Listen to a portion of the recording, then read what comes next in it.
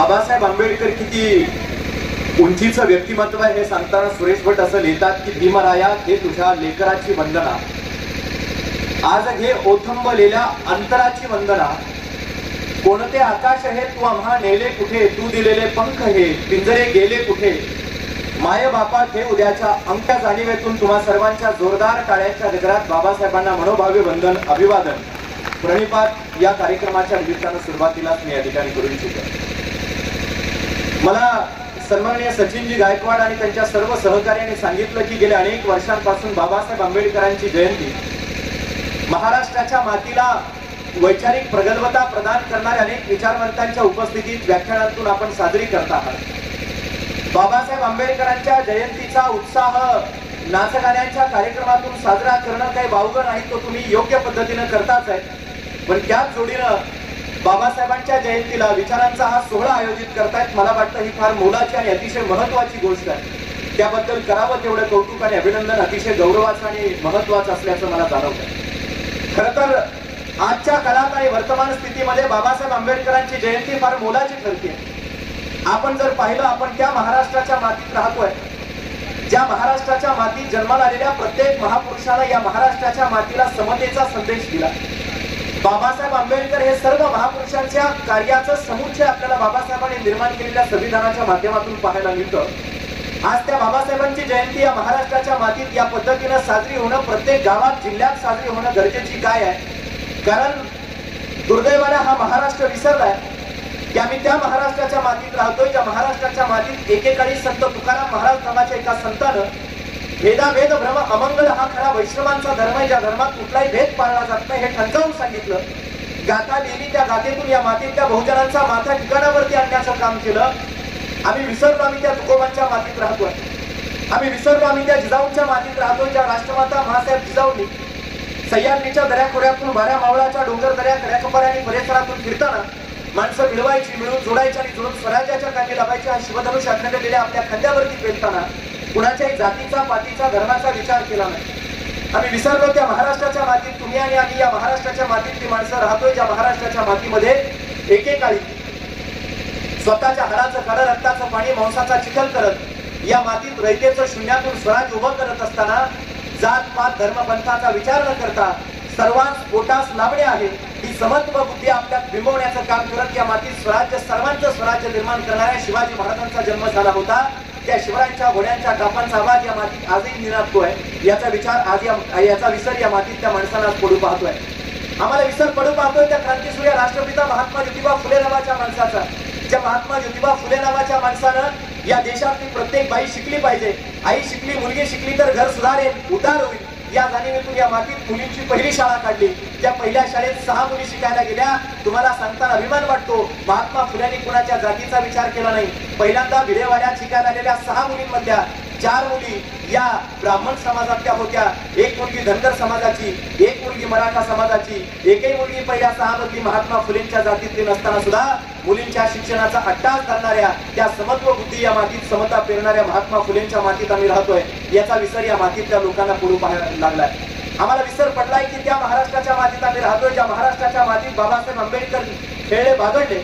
आम्हाला विसर पडतोय त्या महाराष्ट्राच्या मातीत बाबासाहेब आंबेडकरांनी स्वतःच्या काळजाचा रक्त आपल्या लेखणीला पाजून याच मातीतल्या बाबासाहेब आंबेडकरांनी या मातीतल्या प्रत्येक माणसाला जगण्याचा आणि स्वाभिमानानं जिवंत राहण्याचा अधिकार बहाल करणाऱ्या त्या संविधानाची निर्मिती स्वतःच्या काळजाचं रक्त आपल्या लेखणीला पाजून केली। आम्हाला या गोष्टीचा विसर पडला की त्या बाबासाहेब आंबेडकरांनी दिलेल्या स्वाभिमानानं जगण्याचं काम ज्या लोकशाहीर साहित्य सम्राट अण्णाभाऊ साठेंनी केलं, पण दुर्दैवानं या सगळ्या गोष्टींचा विसर या महाराष्ट्राच्या मातीतल्या लोकांना पडणारी परिस्थिती आज महाराष्ट्राच्या मातीत निर्माण झाली की नाही तुम्ही मला सांगा। याच मातीतल्या माणसांनी जाती जातीत रंग वाटून घेतले, झेंडे वाटून घेतले। आज या महाराष्ट्राच्या मातीची परिस्थिती काय आहे, जातीयतेच्या सर्वोच्च टोकावरती पोहोचलेल्या या महाराष्ट्राच्या मातीमध्ये संत तुकाराम महाराज हे फक्त कुणब्यांना वाटून घ्यावेसे वाटावे लागले, छत्रपती शिवाजी महाराज आणि महासाहेब जिजाऊ हे फक्त मराठ्यांना आपलेसे वाटावे लागले, महात्मा फुले माळ्यांना, बाबासाहेब आंबेडकर तुमच्या माझ्यातल्या दीनदलितांना आपलेसे वाटायला लागले। अशा परिस्थितीमध्ये बाबासाहेब आंबेडकरांची ही जयंती आजच्या या समाजाला एखाद्या माणसानं तप्त वाळवंटातून चालावं, त्याला तहानेनं त्यानं व्याकुळ व्हावं आणि तहानेनं व्याकुळ झालेल्या त्या माणसाला त्या तप्त वाळवंटामध्ये एखादा थंडगार पाण्याचा तलाव सापडावा, तशी बाबासाहेब आंबेडकरांची या वर्षीची ही जयंती जातीयतेनं बरबटलेल्या या तप्त झालेल्या महाराष्ट्राच्या मातीला समता प्रेरणारी जयंती आहे। या जाणीवेतून या जयंतीकडे आपण पाहणं आणि त्या दृष्टिकोनातून तुम्ही जयंती साजरी करताय, मला वाटतं ही फार कौतुकाची आणि अभिनंदनाची अभिमानाची गोष्ट आहे। याच महिन्यामध्ये बाबासाहेब आंबेडकरांच्या जयंतीच्या सोबतीनं राष्ट्रपिता क्रांतीसूर्य महात्मा ज्योतिराव फुलेंची जयंती साजरी केली जाते। बाबासाहेब आंबेडकरांनी ज्या महात्मा फुलेंना आपलं गुरु मानण्याचं काम केलं, बाबासाहेबांनी महात्मा फुलेंना उघड्या डोळ्याने कधी पाहिलं नाही। बाबासाहेबांनी ज्या माणसांना गुरु मानलं त्यातल्या एकाही माणसांना उघड्या डोळ्यानं कधी पाहिलं नाही, पण बाबासाहेबांनी तुम्ही मी ज्या पद्धतीनं कान फुंकणाऱ्या लोकांना गुरु मानतो त्या पद्धतीचे गुरु न मानता त्या महापुरुषांच्या विचारांचा अभ्यास करत वैचारिक जाणीवेतून त्या महापुरुषांना आपल्या गुरु मानण्याचं काम बाबासाहेब आंबेडकरांनी त्या महात्मा फुल्यांना केलं होतं। महात्मा फुले, बाबासाहेब आंबेडकर, तथागत सिद्धार्थ गौतम बुद्ध अशा अनेक महापुरुषांची परंपरा जर आपण पाहिली माता माऊल्या वडीलधाऱ्यांनो, या सर्व महापुरुषांच्या बाबतीत काय झालं? हे महापुरुष जिवंत असताना सुद्धा त्यांना त्यांच्या वारसांना संपवण्याचे कैक कावे या महाराष्ट्राच्या देशाच्या मातीत झाले। मात्र या मातीतले एका गीतकारानं ज्या पद्धतीनं लिहून ठेवलंय की संपविला देह जरी संपणार नाही मती, धर्माच्या गारजांनो कशी रोखणार गती। महापुरुषांचे देह संपवले जाऊ शकतात, महापुरुषांचे विचार मात्र या मातीतून कदापि संपवले जाऊ शकत नाही। की महापुरुषांच्या विचारांची ताकद असते। एक लेकरू, एक तरुण या जाणीवेतून आज तुम्हा सगळ्यांच्या समोर बोलत असताना एक गोष्ट आवर्जून तुम्हाला सांगेल।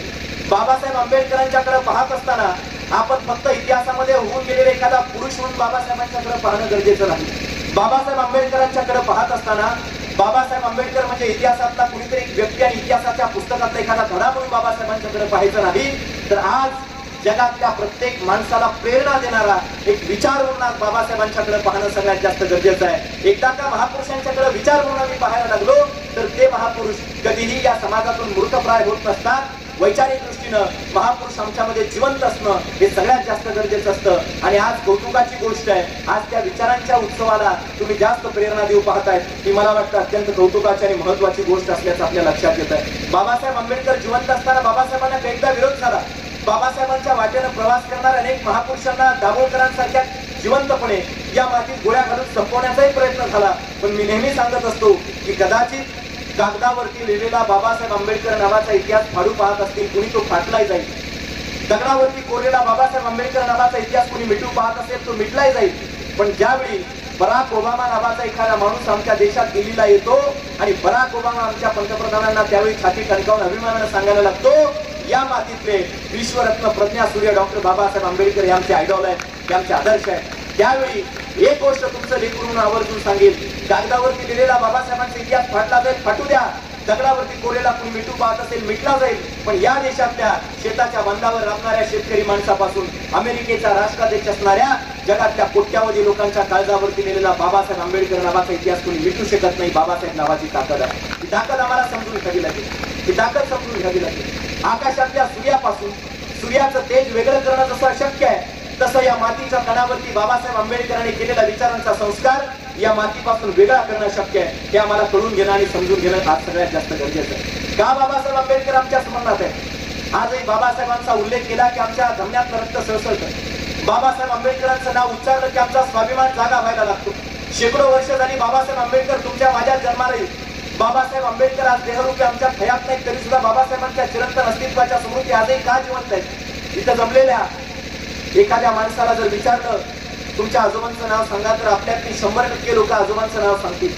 इथं उपस्थित असलेल्या एखाद्याला उभा केला आणि विचारलं तुमच्या पंजोबांचं नाव सांगा, 80, 90, 95% लोक आपल्या पंजोबांचं नाव अचूकपणे सांगतील। आपल्यातल्या उपस्थितातल्या अनेकांना विचारलं पंजोबांच्या वडिलांचं नाव सांगा, खात्रीशीरित्या सांगतो जवळपास 90 पेक्षा जास्त टक्के लोकांना नाव सांगता येणार नाही। आपल्यातून आता अलीकडच्या काळात होऊन गेलेल्या आपल्या पंजोबांचं नाव आपल्याला नीटपणे आठवत नाही, पण आतापर्यंत अनेक वर्षांपूर्वी शेकडो वर्षापूर्वी जन्माला आलेल्या बाबासाहेब आंबेडकरांचं नाव जगाच्या कुठल्याही कोपऱ्यात उभा राहून जरी घेतलं, जगाच्या कुठल्याही कोपऱ्यात उभा राहून बाबासाहेबांचं नाव घेतलं की आमच्या डोळ्यासमोर बाबासाहेबांची प्रतिमा साकारल्याशिवाय राहत नाही। हे का होतं? कारण बाबासाहेब आंबेडकरांचं जे जगणं आहे ते जगणं माणसं कोण स्मरणात राहतात? माणसं ती स्मरणात राहतात जी माणसं समाजाच्या हितासाठी अहोरात्रपणे झटत असतात। म्हणून बाबासाहेब आंबेडकर आज तुमच्या माझ्या स्मरणात असल्याचे आपल्याला पाहायला मिळत आहे। एका गायकानं जे गाणं लिहिलंय ते उगाच लिहिलं नाही की दोनच राजे इथे गाजले कोकण पुण्यभूमीवर, एक त्या रायगडावर, एक चौदार तळ्यावर। बाबासाहेब आंबेडकरांचं ते राजे पण सुद्धा आम्ही समजून घेतलं पाहिजे। या जगाच्या पाठीवरती माणसांना गुलाम बनवायचं आणि त्यांच्यावरती राज्य करायचं असे अनेक डिक्टेटर हुकुमशाह राजे या मातीत होऊन गेले। पण गुलाम असलेल्या लोकांना मुक्त करून त्यांना माणूस बनवून त्यांच्यावर राज्य न करता त्यांना मुक्तीचा श्वास घ्यायला शिकवणारे दोनच राजे या देशाच्या धर्तीवरती झाले। त्यात प्रामुख्यानं छत्रपती शिवाजी महाराज, सम्राट अशोक आणि विशेषतः बाबासाहेब आंबेडकरांचं नाव या मातीत आवर्जून घ्यावं लागतं। या गोष्टीचा उल्लेख आज तुम्हाला आणि मला या कार्यक्रमाच्या निमित्तानं करणं मला वाटतं गरजेचं आहे। ताज्या घडामोडी जाणून घेण्यासाठी आजच बहुजन आवाज न्यूज चॅनलला लाईक, शेअर आणि सबस्क्राईब करा।